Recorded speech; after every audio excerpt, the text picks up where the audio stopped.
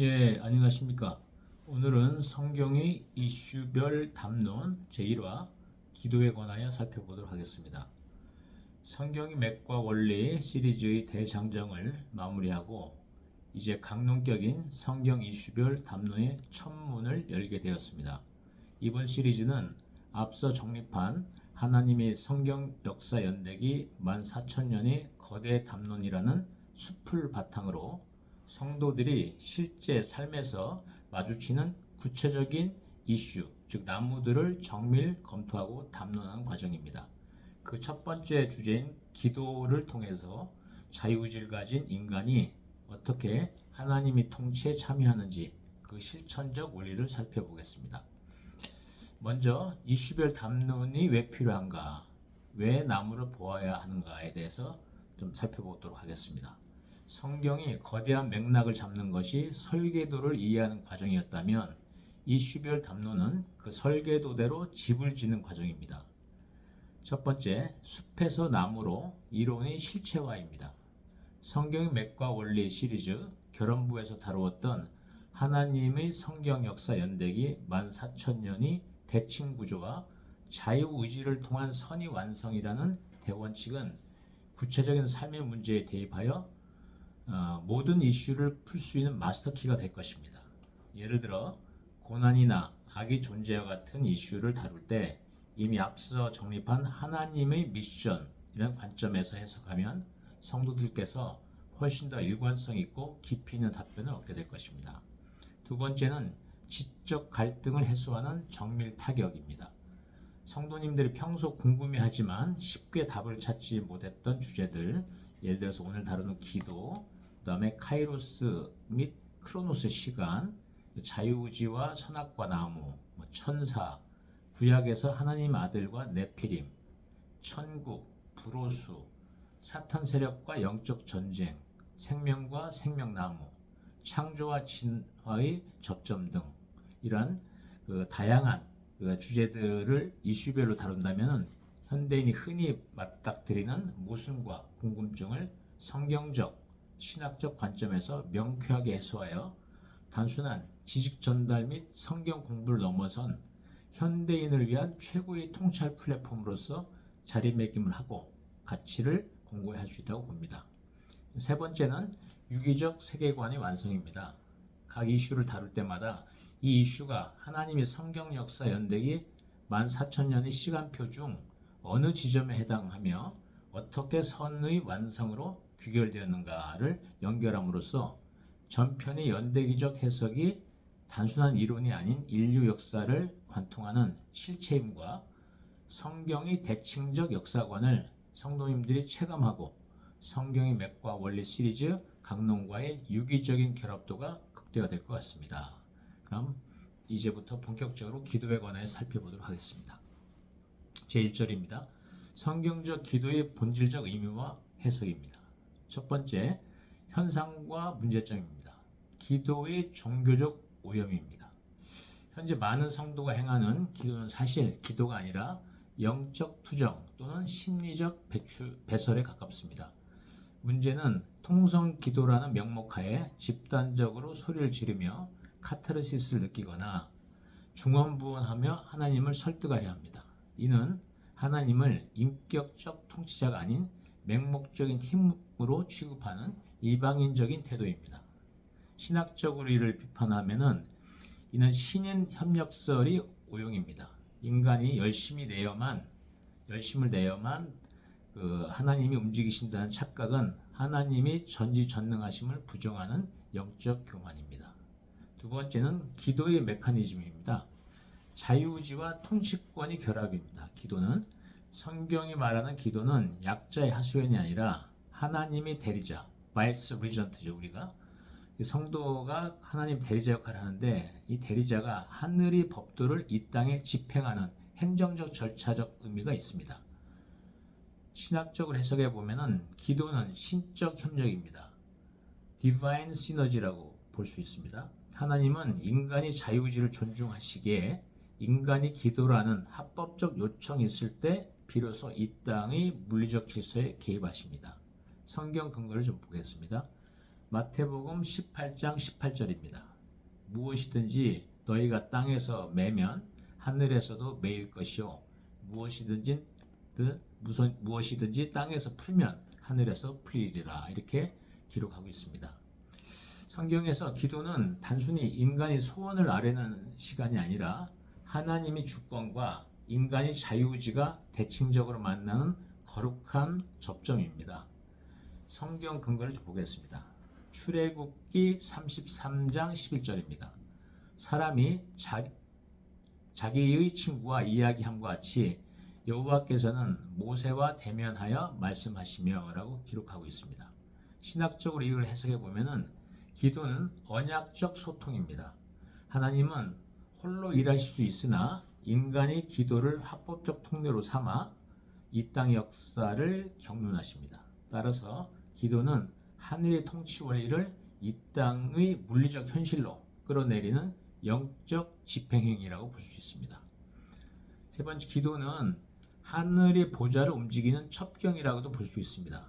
근데 현상적으로 살펴보면은 기도를 둘러싼 오해와 문제점이 많습니다. 현대 신앙생활에서 기도는 종종 자기 최면이나 기복적 수단으로 변질되어 있습니다.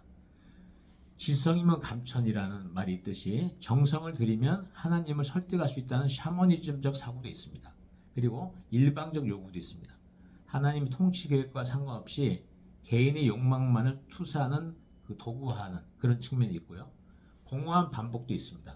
형식에 치우쳐서 영적 교감 없는 종교 행위로 전락한 이런 측면도 있습니다. 기도의 원리는 성경이 정한 기도의 형식과 중요성이 중요한데, 기도는 단순한 강구가 아니라 하나님이 통치 대리인인 인간이 자신의 자유의지를 사용하여 하나님의 뜻을 이 땅에 집행하는 통치 행위의 일환입니다. 성경을 보겠습니다. 마태복음 6장 9절부터 13절에 보면은 성경적인 형식과 내용, 기도의 형식과 내용이 나오는데, 형식은 하나님을 아버지라 부르는 객관적 기초에서 시작을 해야 되고요. 내용은 나의 원, 기도자의 원이 아닌 하나님 나라의 의를 우선순위에 두도록 되어 있습니다. 신앙생활 측면에서도 이게 중요한데요. 기도는 성도의 영적 호흡이자 하나님과의 대칭적 관계를 확인하는 유일한 소통로입니다. 신학적으로 보더라도 기도는 하나님의 주권과 인간의 책임이 만난 지점입니다. 하나님은 홀로 일하실 수 있음에도 불구하고 인간이 기도를 방편 삼아 역사 속에서 자신의 선을 완성해 나가십니다.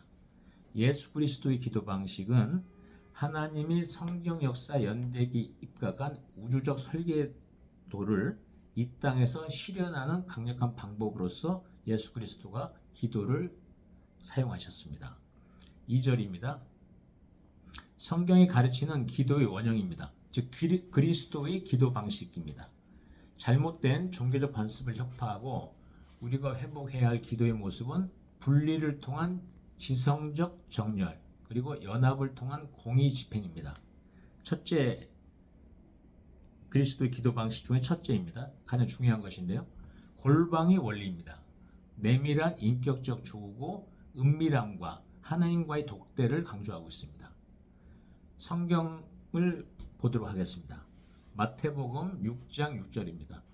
오직 너는 기도할 때 내 골방으로 들어가 내 문을 닫고 은밀한 가운데 계시는 내 아버지께 기도하라. 그리하면 은밀한 가운데 보시는 내 아버지께서 내게 드러나게 갚아주시리라. 이렇게 기록하고 있습니다. 예수님은 기도를 가르치실 때 가장 먼저 내 골방에 들어가 문을 닫으라고 명하셨습니다. 즉 지성소의 회복입니다. 골방은 타인의 시선, 사회적 평판, 세상의 소음으로부터 나를 완벽하게 차단하는 공간입니다. 이곳에서 성도는 하나님과 1대1 단독자로서 독대를 하는 것입니다. 위선이 섞이지 않은 진실한 자아를 직면하게 됩니다. 그리고 외식이 혁파입니다. 보여주기 위한 긴 수식어나 화려한 미사여구를 걷어내고 오직 하늘 아버지와의 인격적 신뢰관계를 확인하는 기도의 기초 단계입니다. 두 번째는 상의 원리입니다. 전략적인 고립과 사명의 재정렬입니다. 즉 외부와 분리되는 것입니다. 성경을 보도록 하겠습니다. 요한복음 6장 15절입니다. 그러므로 그들이 와서 억지로 자기를 데려다가 왕으로 삼으려는 것을 예수님께서 아시고 다시 혼자 산으로 떠나가시니라 라고 기록되어 있습니다. 예수님은 큰 사역 직후나 중요한 결정을 앞두고 홀로 산으로 향하셨습니다. 이는 단순한 휴식이 아닌 고도의 영적 전쟁을 위한 전략적 고립입니다.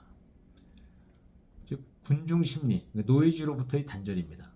오병이어의 기적 후 군중이 예수님을 임금 삼으려 할 때 예수님은 그들의 열광, 잘못된 기복적인 기대죠. 열광이 휘둘리지 않기 위해 무리를 떠나 산으로 올라가셨습니다. 기도는 대중의 요구가 아닌 하나님의 설계도에 채널을 맞추는 시간입니다. 따라서 지성적 정렬과 사명 확인이 중요한데요. 산이라는 공간은 하나님 관점에서 세상을 내려다보는 영적 조감의 자리입니다. 이곳에서 성도는 자신의 자유의지가 하나님의 성경 역사 연대기 14,000년 계획 중 어느 시점에 있는지를 확인하고 다음 단계의 미션을 수립하는 하나님과의 전략 회의를 갖게 되는 것입니다. 세 번째는 지성적 소통입니다. 이성적 집중과 인격적 대화입니다. 기도는 감정적 흥분이 아닌 하나님의 말씀을 바탕으로 한 고도의 지적 활동입니다. 이성적 활동입니다. 맥락이 일치해야 되는데요. 무분별한 부르짖음이 아니라 기록된 말씀을 묵상하며 그 뜻이 나의 삶과 하나님의 성경 역사 연대기 14,000년의 계획 속에서 어떻게 대칭을 이루는지 찾아내야 합니다. 그리고 인격적 대화입니다. 하나님 주신 지성을 사용하여 사태를 분석하고 하나님의 법도에 근거하여 해결책을 도출하는 이성적 대화로의 전환이 필요합니다. 네 번째는 중보와 연합입니다. 하나님과의 완전한 기도를 완성해야 됩니다. 그것이 예수님이 보여주셨던 요한복음 17장에 나와 있습니다. 홀로 산에서 힘을 얻고 사명을 확인한 기도는 반드시 공동체와 세상을 향한 중보로 확장되어야 합니다. 지경이 확장되는 거죠. 기도의 지경을 나에게서 하나님의 영광과 타인의 구원으로 넓힙니다. 그 연합의 권세를 이루어야 되는데요. 예수님이 대제사장적 기도처럼 동역자들이 진리 안에서 하나 되어 하나님의 공의로운 시스템이 온전히 임하기를 구하는 것이 기도의 완성입니다. 성경을 보면은 마태복음 5장 48절에 그러므로 하늘에 계신 너희 아버지께서 완전하신 것 같이 너희도 완전하여라 라고 명령을 하고 있습니다. 그리고 구약에서도 신명기 18장 13절 보면 너는 내 하나님 앞에 완전하라. 그래서 완성을 지켜야 됩니다. 완전한 기도로. 그럼 세 번째 절로 요한복음 17장 기반의 기도 4단계 구조를 분석해 보겠습니다. 예수님께서는 십자가라는 거대한 사명을 앞두고 감정적 폭발이 아닌 가장 정교하고 체계적인 기도의 모델을 보여주셨습니다. 첫 번째가 하나님과의 관계 설정 기도입니다. 요한복음 17장 1절입니다. 아버지여 때가 이르렀사오니 아들을 영화롭게 하사 아들로 아버지를 영화롭게 하게 하옵소서라고 기록하고 있습니다. 기도의 시작은 나의 결핍이 아니라 하나님의 영광과 나의 관계를 재확인하는 것입니다. 신학적으로도 의미가 있는데요. 기도의 좌표 설정입니다.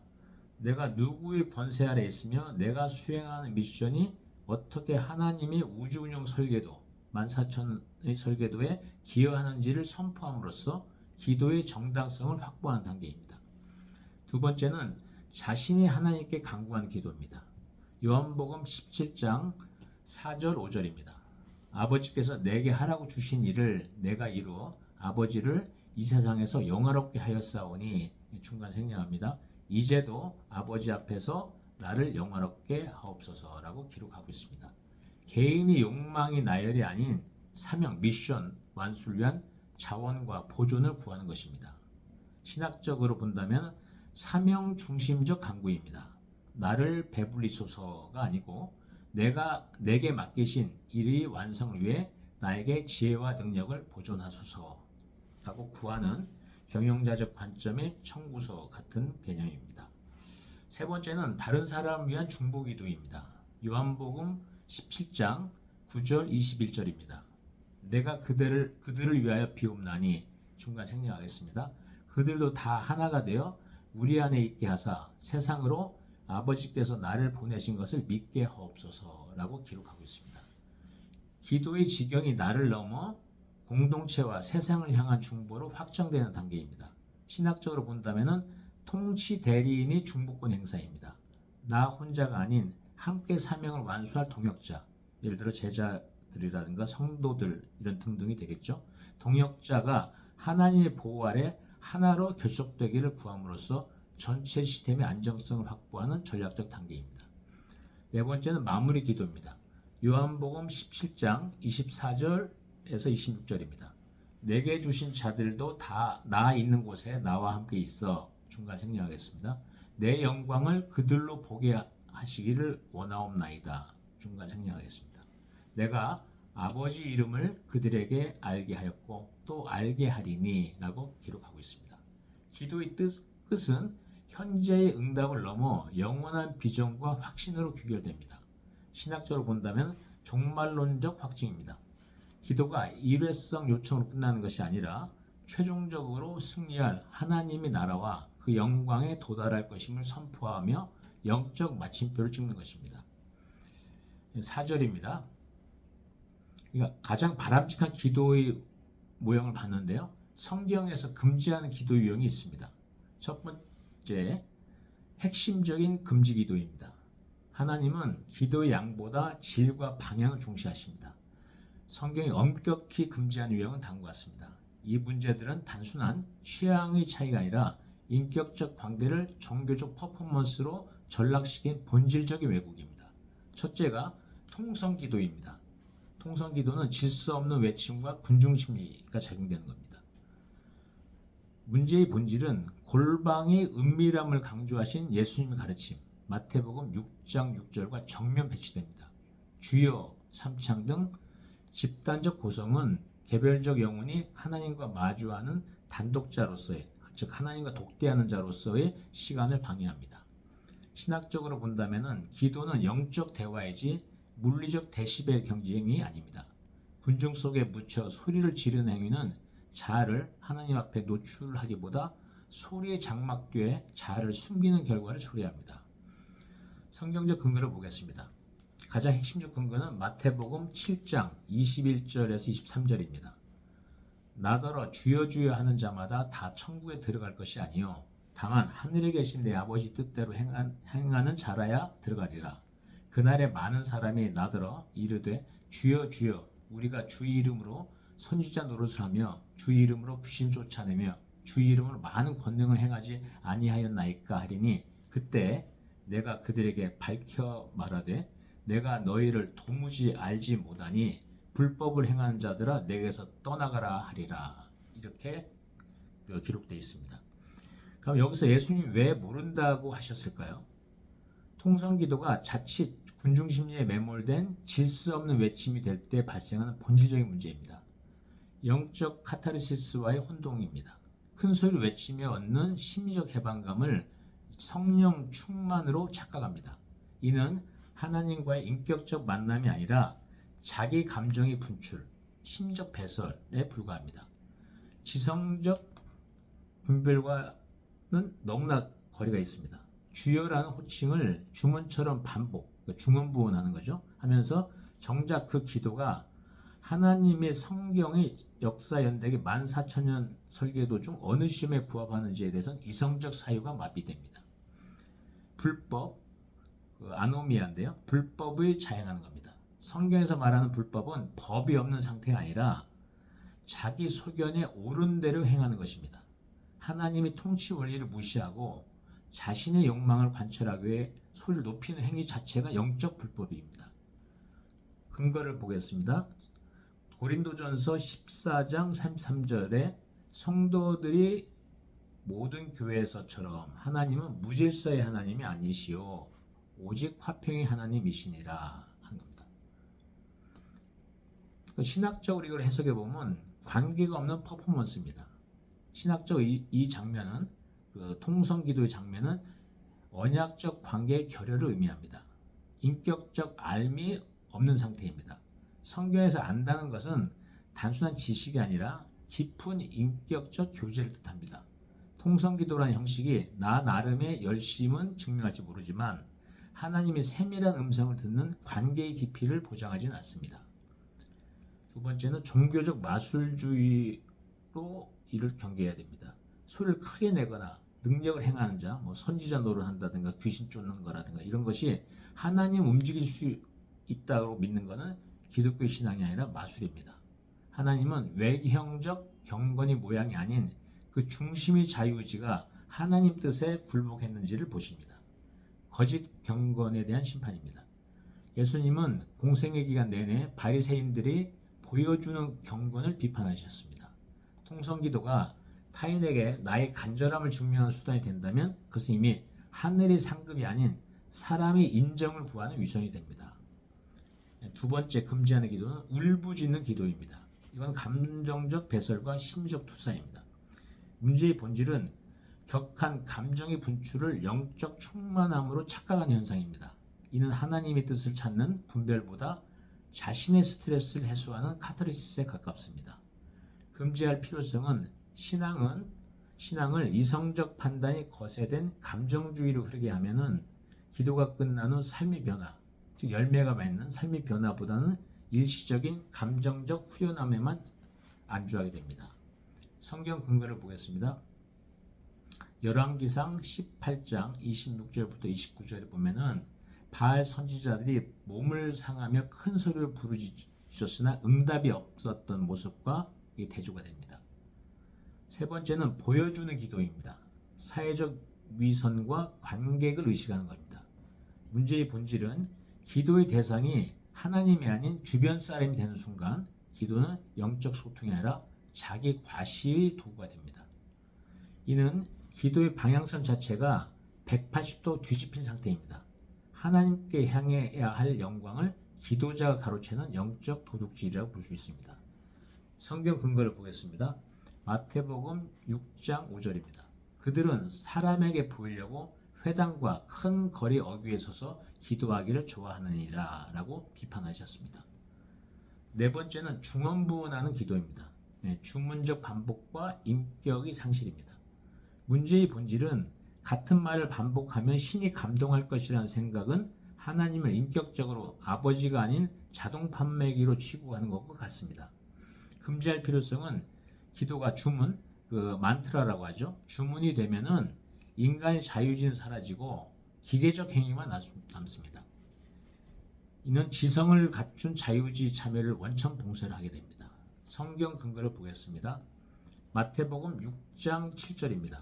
이방인과 같이 중언부언하지 말라. 그들은 말을 많이 하여야 들으실 줄 생각하느니라. 이렇게 말씀하셨습니다. 다섯 번째는 형식적 암송입니다. 사도신경 등 인간의 전통입니다. 문제의 본질은 성경에 근거하지 않은 인간이 교리적 요약본을 신성시하여 반복 암송하는 것은 성령의 자유로운 역사와 개인의 진실한 고백을 가로막는 전통의 굴레입니다. 신학적으로도 문제가 있는데 문자에 갇힌 신앙은 죽은 신앙입니다. 사도신경 암송은 예배의 형식을 채우는 용도로 전락하여 정작 기도자가 하나님께 드려야 할 살아있는 고백을 대체해버립니다. 성경 근거를 보겠습니다. 마태복음 15장 9절입니다. 사람의 계명으로 교훈을 삼아 가르치니 나를 헛되이 경배하는도다 라고 기록하셨습니다. 이렇게 형식적으로 사도신경 등 인간이 교리적 요약본을 반복해서 형식적으로 암송하는 것은 큰 문제가 있습니다. 두 번째로 추가적인 성경적 금기사항을 살펴보겠습니다. 첫 번째는 기복적 거래기도입니다. 내가 헌금, 봉사를 이만큼 했으니 응답하라는 식의 논리는 하나님을 인간이 통제하려 두려는 오만입니다. 이는 하나님 성경 연대기 14,000년이 대충구조에서 인간이 하나님이 통치에 참여하는 것이 아니라 거꾸로 하나님을 부리려 하는 역행적 태도입니다. 성경 근거를 보면은 마태복음 6장 33절에 먼저 그의 나라와 그의 의를 구하라 라고 기록되어 있습니다. 두 번째는 타인을 저주하거나 판단하는 기도입니다. 기도를 빌미로 타인을 정죄하는 것은 기도를 영적 흉기로 사용하는 죄악입니다. 바리새인의 기도는 감사가 아니라 자기 의를 배설할 뿐입니다. 성경 근거를 보면은 누가복음 18장 11절에 12절입니다. 바리새인과 세리의 기도를 비유한 대목이 나옵니다. 참고하시기 바랍니다. 세 번째는 성령을 도구화하는 기복적 방언입니다. 뜻을 모르는 소리를 과시하는 행위는 공동체 덕을 세우지 못합니다. 이는 질서 없는 은사의 오용이며 영적 우월감을 드러내려는 육신적인 소상입니다. 성경 근거를 보겠습니다. 고린도전서 14장 19절입니다. 교회에서 내가 남을 가르치기 위하여 깨달은 마음으로 5마디 말을 하는 것이 1만 마디 방언으로 말하는 것보다 나으리라, 이렇게 기록하고 있습니다. 네 번째는 죽은 자를 위한 기도입니다. 성경은 산자와 죽은 자의 경계를 명확히 합니다. 죽은 자를 위한 기도는 성경적 근거가 없을 뿐만 아니라 하나님의 공의로운 심판과 생사의 질서를 부정하는 이교적 관습입니다. 성경 근거를 보겠습니다. 히브리서 9장 27절입니다. 한 번 죽는 것은 사람에게 정해진 것이요 그 후에는 심판이 있으리니, 이렇게 기록하고 있습니다. 세 번째로는 추가로 경계해야 할 기도의 왜곡 요소입니다. 첫째가 운명론적 체념의 기도가 있습니다. 주님이 뜻대로 하소서라는 말을 내 책임의 회피나 자포자기 도구로 사용하는 경우입니다. 아무런 노력이나 선택 없이 결과를 수동적으로 기다리기만 하는 태도입니다. 이건 신앙적 측면에서 문제가 있는데요. 하나님이 인간에게 부여하신 최후의 선물은 자유의지를 스스로 반납하는, 최후의 선물을 주셨는데 그걸 스스로 반납하는 행위입니다. 이는 하나님의 동역자로서의 권위를 포기하는 영적 태만입니다. 성경 근거를 보겠습니다. 야보고서 2장 26절입니다. 영혼 없는 몸이 죽은 것 같이 행함이 없는 믿음은 죽은 것이니라 라고 기록하고 있습니다. 신학적으로 해석해 보면은 기도는 인간의 의지를 하나님의 의지에 합일시키는 과정이지 인간의 의지를 소멸시키는 과정이 아닙니다. 하나님의 성경 연대기 14,000년의 역사 속에서 인간은 능동적인 선택을 통해 선을 완성해 가야 하는 존재입니다. 두 번째는 시간을 강요하는 기도가 있습니다. 이번 달까지 반드시 응답해 주셔야 합니다 라며 하나님이 타임라인을 인간의 스케줄에 맞추려는 기도가 있습니다. 응답의 시한을 정해놓고 하나님을 압박한 형태입니다. 신앙적 측면에서는 하나님 주권을 인정하지 않은 오만입니다. 이는 하나님을 자신이 비서나 하수인으로 여기는 잠재적 무의식이 깔려 있습니다. 성경 근거를 보면 사도행전 1장 7절입니다.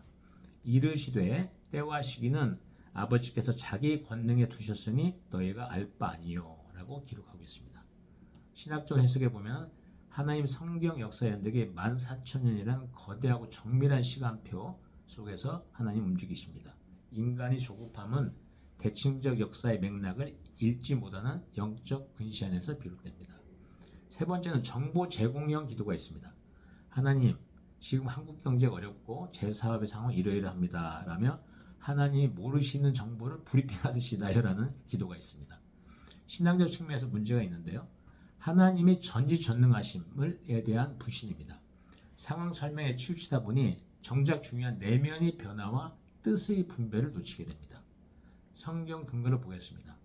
마태복음 6장 8절입니다.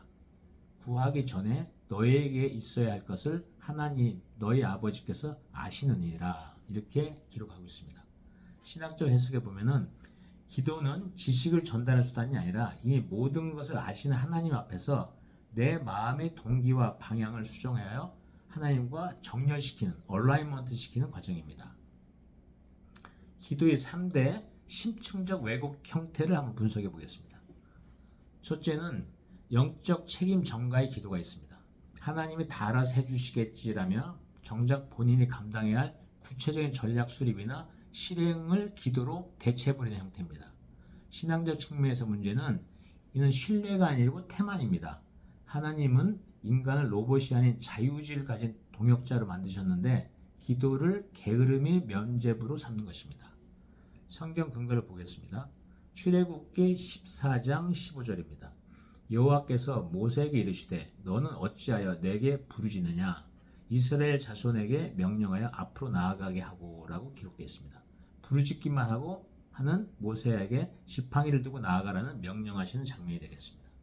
신학적으로 본다면은 기도는 인간의 행동을 면제해 준 수단이 아니라 행동의 방향을 결정하는 동력입니다. 하나님의 성경 연대기 하나님의 성경 역사 연대기 14,000년의 미션 수행 주체는 결국 자유의지를 가진 인간임을 망각한 오해입니다.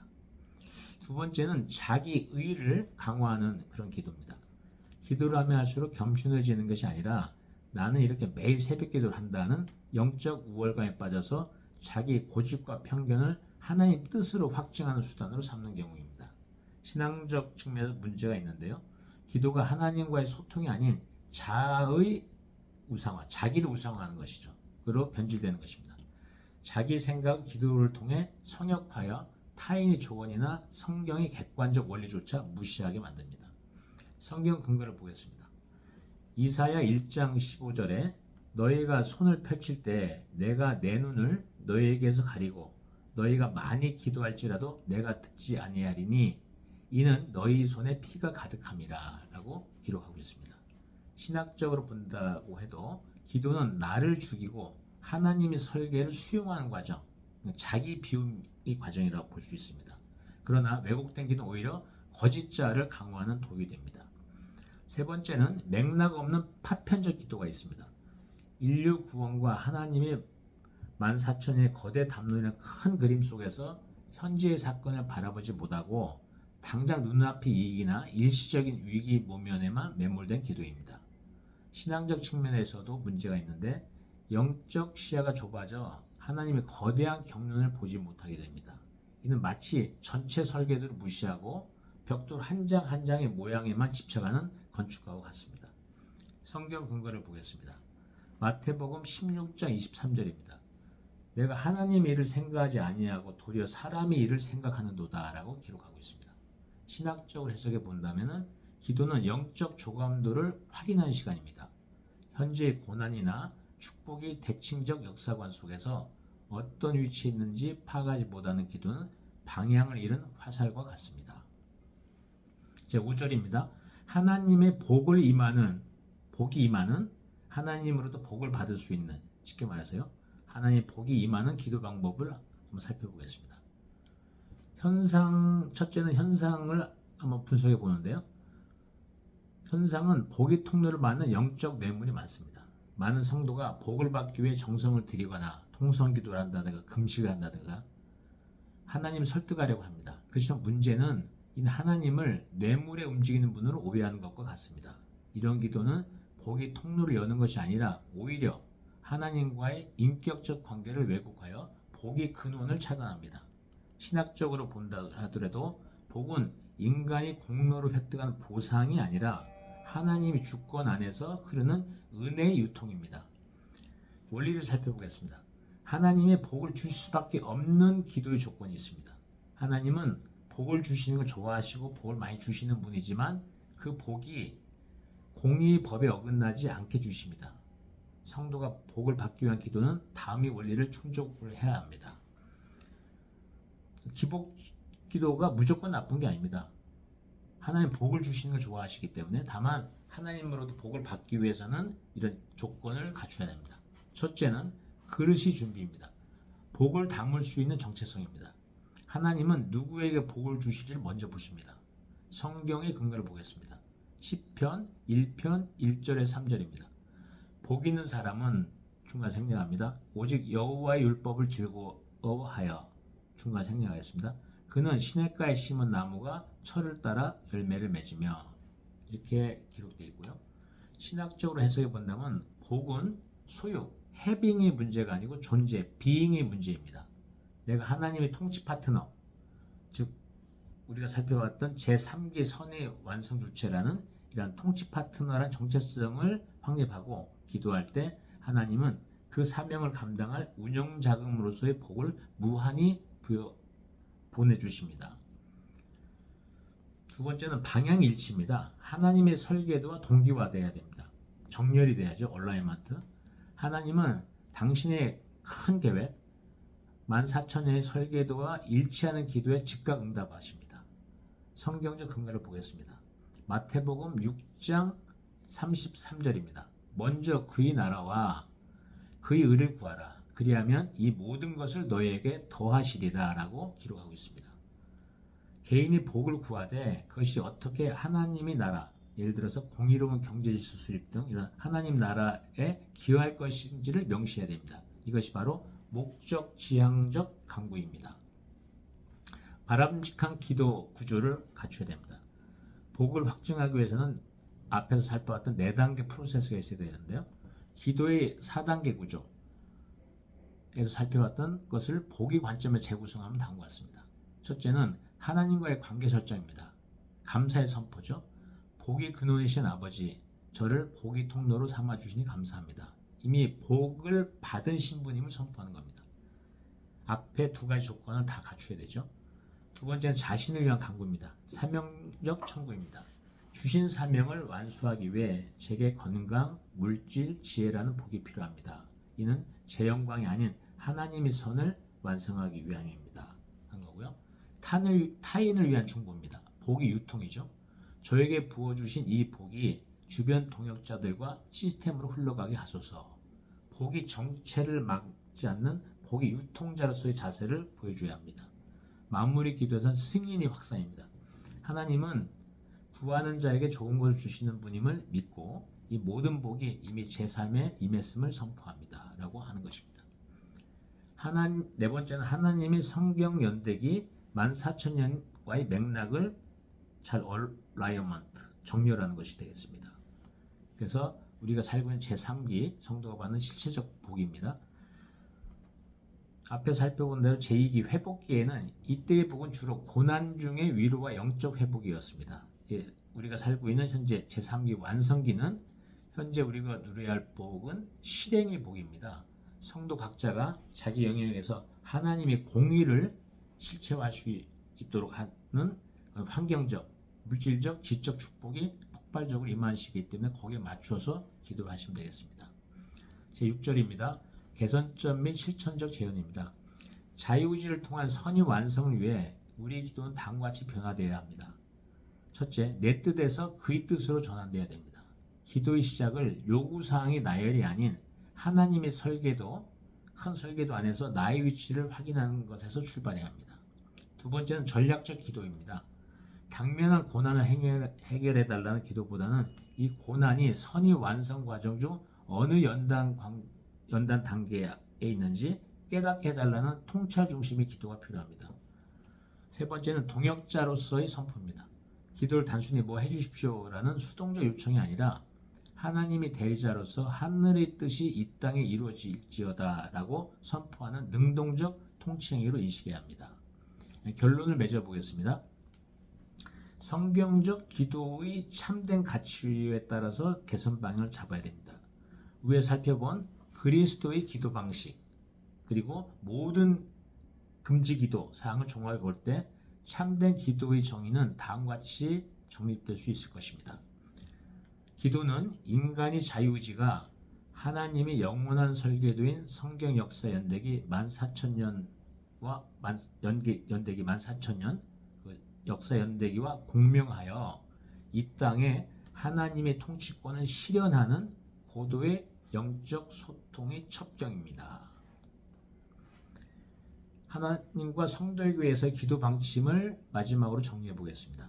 첫째는 성경이 가르치는 기도의 원형인 그리스도의 기도 방식을 철저히 준수하는 것입니다. 첫째는 골방의 원리입니다. 하나님과의 내밀한 인격적 조우, 즉 은밀함과 하나님과의 독대입니다. 따라서 통성기도, 다른 사람에게 보여주는 기도 등 성경에서 금지한 기도는 절대 금지합니다. 두 번째, 상의 원리입니다. 전략적인 고립과 사명의 재정렬입니다. 외부와 분리되어야 합니다. 세 번째는 지성적 소통입니다. 이성적인 집중과 인격적 대화에 따라서 기도를 해야 합니다. 네 번째는 중보와 연합입니다. 하나님과의 완전한 기도를 완성하는 것입니다. 요한복음 17장 같은 그런 완전한 기도를 올려야 되겠습니다. 두 번째는 요한복음 17장 기반의 기도 4단계 구조의 기도를 실천하는 것입니다. 첫째가 하나님과의 관계 설정 기도, 두 번째가 자신이 하나님께 간구하는 기도, 세 번째는 다른 사람을 위한 중보 기도, 네 번째는 마무리 기도입니다. 다음에 성경의 이슈를 담는 2화 시간에서 뵙겠는데요. 시간은 카이로스의 시간, 크로노스의 시간, 이런 시간을 제2화로 다뤄보도록 하겠습니다. 제2화에서 뵙겠습니다. 아멘.